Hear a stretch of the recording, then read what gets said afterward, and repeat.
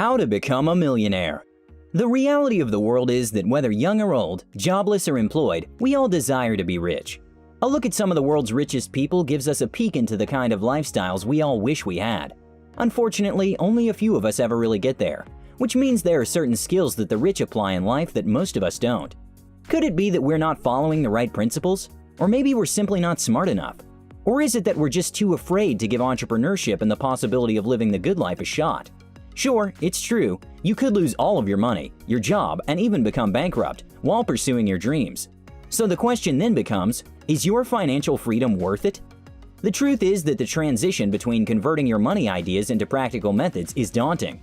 It's quite easy to look around and feel that we were born into the wrong family, or that we don't have the necessary connections, capital, or skills to fulfill our dreams. For most of us, it's easy to believe that getting a seven-figure income could only come from holding a position such as a CEO or manager in an extremely successful company, which is obviously impossible for everyone. This means that to become financially free, you have to become either self-employed, an investor, a business owner, or a successful entrepreneur. So, in this video, I'm going to share with you some of the traits and habits that millionaires use to become rich and successful, which you can borrow and apply in your life to help you on your journey to financial freedom. Number 1. Mindset is everything. Though highly repeated, the mindset concept is still very poorly applied among most of us. Remember that your environment is one of the key determinants of who you become in the future. For most of us, becoming rich or financially free rarely crosses our minds for very long. Even when the thought does occur, it's mostly a fleeting fantasy of what life could be in another world.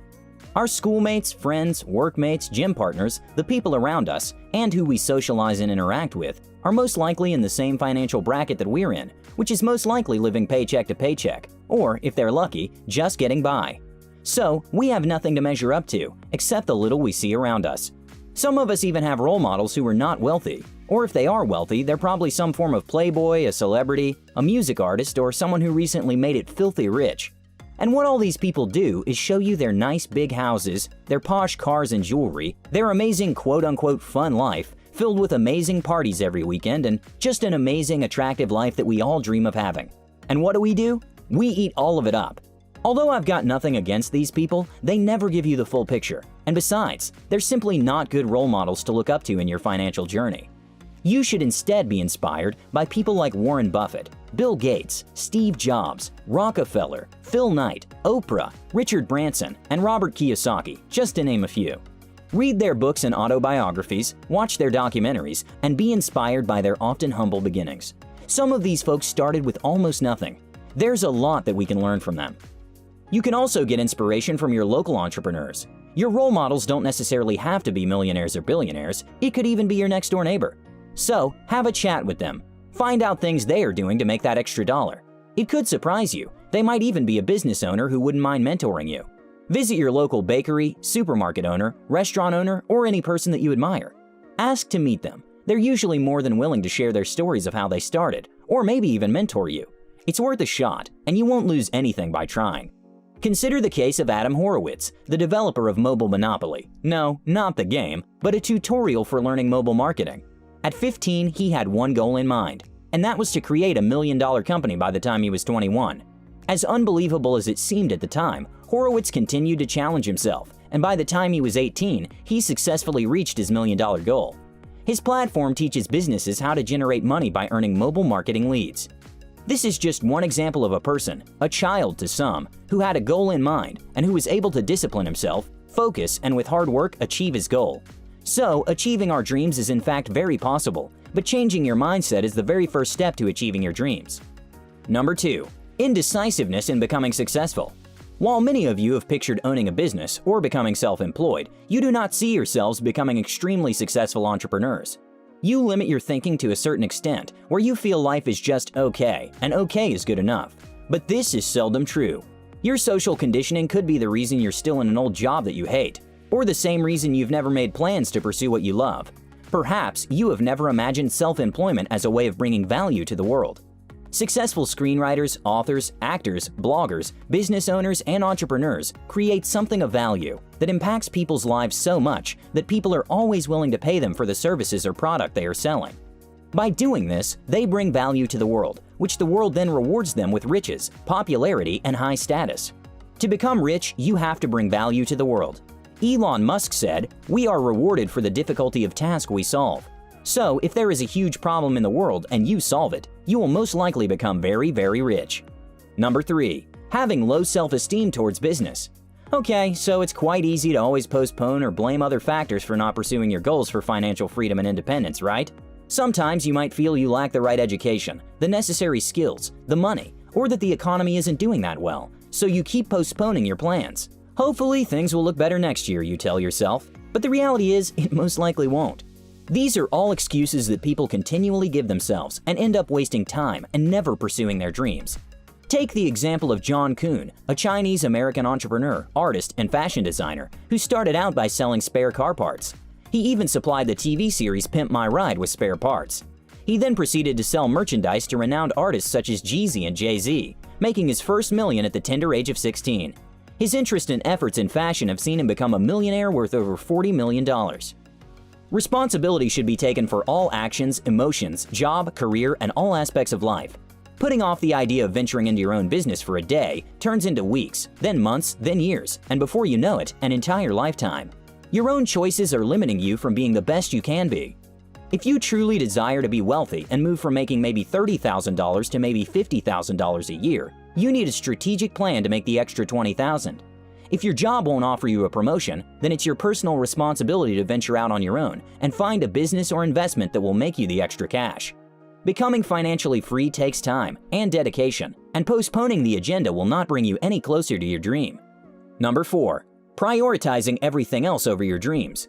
We always find something to interrupt our plans, right? A party with our friends, a third job, an entire day with our girlfriend or friends, or maybe it could be our family. There's nothing wrong with creating bonds with those close to us. However, you have to set aside time to work on your own projects. If you don't absolutely have to attend the party next door, don't. If you can reduce the amount of time you spend talking to your friends, do it. And explain to them that you have a personal goal you'd like to achieve. There are too many distractions around us, and by not prioritizing our dreams, we eventually lose focus. The rich know that they have to make this sacrifice because everything comes at a cost, especially your dreams. Prioritizing your dreams also means that you need a solid plan and procedures to follow. People do not become the best by doing everything the same way other people do. Likewise, you need techniques, mindsets, and routines that put you ahead. As you plan to be successful, keep a healthy attitude and self-will to push yourself forward. You also need to see the long-term picture and dedicate more of your time towards progressive economic success. Number 5. Become an independent thinker. Standing out means that you need to be unique in what you do, and it all begins with what you think. Social conditioning is easy, and at times, difficult to escape, since we all want to belong someplace. We all want the latest clothes, the latest shoes, the newest car model, to go to the same church service and even attend the same schools. Group mentality is further extended into what we consider achievable, acceptable, and what is not. To become financially free, you need to think independently. You need to start creating your own answers and solutions instead of relying on other people to provide them for you. You need to be inquisitive and challenge the status quo. You also have to stop following others blindly and know which advice to follow or disregard. Being different may be difficult sometimes, but it's also an important part of becoming rich. Number 6. Maximize your time. There's a poem by Willie Jolly that I like quite a lot, and it goes like this. I only have just a minute, only 60 seconds in it. Forced upon me, I can't refuse it. I didn't seek it, I didn't choose it, but it's up to me to use it. I must suffer if I lose it, give account if I abuse it, just a tiny minute, but an eternity in it. You see, folks, the rich think big and the poor think small. The poor and middle class are unfortunately the people who spend an extra hour or two running around a store looking for a 5% discount on a shirt, saving only a few dollars. A rich person does not think like this. A rich person is thinking, how can I improve myself and make my time more valuable, so that 1 hour of my time could be worth thousands of dollars instead of just a few dollars. Time is the most valuable asset we have, and it's important to use it wisely. Number 7. Manage your money. Rich people manage their money well. Poor people do not manage their money well. For example, when a poor person wins the lottery, and this is usually the case because wealthier people do not usually buy lottery tickets, a lot of the time they will lose the money very quickly because they have no idea how to manage their money. If you want to be financially successful, you need to learn when to save and when to spend.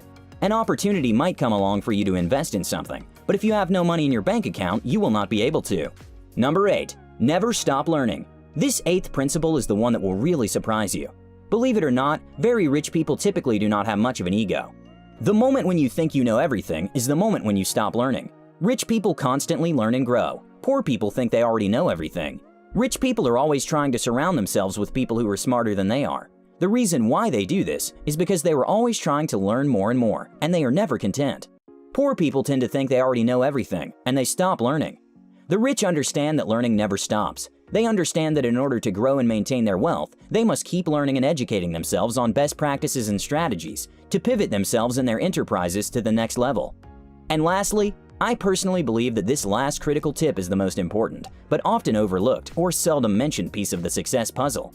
It's so critical that even the likes of Warren Buffett and Bill Gates have cited this habit as the reason they've amassed large fortunes and success. You need self-discipline. You need focus. Self-discipline is the only habit that will guarantee success in your life. It's not easy to master. I often struggle with it myself, but if you do master it, I can almost guarantee that you will succeed in whatever you do. Thank you guys so much for watching, and I will see you in the next one.